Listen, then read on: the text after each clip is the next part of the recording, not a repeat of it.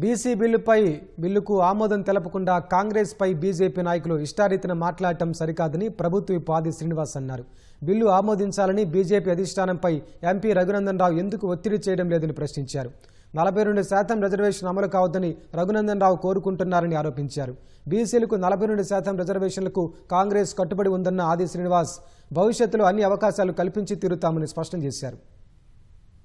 2018 పంచాయత్ చట్టాన్ని సవరిస్తూ ఆర్డినెన్స్ చేస్తే దానికి ఆమోదం పొందేసే క్రమంలో మీ సహకారం అందది. షెడ్యూల్ 9 లో చేర్చుకుంటే మీ సహకారం అందది. మీ నరేంద్ర మోడీ గారితో మాట్లాడి ఈరోజు ఈ బీసీ బిల్లుకు ఆమోదం పొందేలా షెడ్యూల్ 9 లో చేర్చే విధంగా మీరు ప్రయత్నం చేయాలని చెప్పండి. ఈ సందర్భంగా కేబినెట్ ఉన్నప్పుడు కిషన్ రెడ్డి గారితో సంజయ్ గారితో గట్టిగా ఒప్పించి మెప్పించి మీరు బీసీ బిల్లుకు ఆమోదం పొందేలా చేయాలి తప్ప కాంగ్రెస్ పార్టీని విమర్శించడం సరైనది కాదు. రాబో రోజుల్లో 42%తో స్థానిక సంస్థల ఎన్నికల్లో ముందుకు పోవడానికి కోసం మా ప్రభుత్వం సిద్ధంగా ఉందని సందర్భంగా తెలియజేస్తా ఉన్నాను.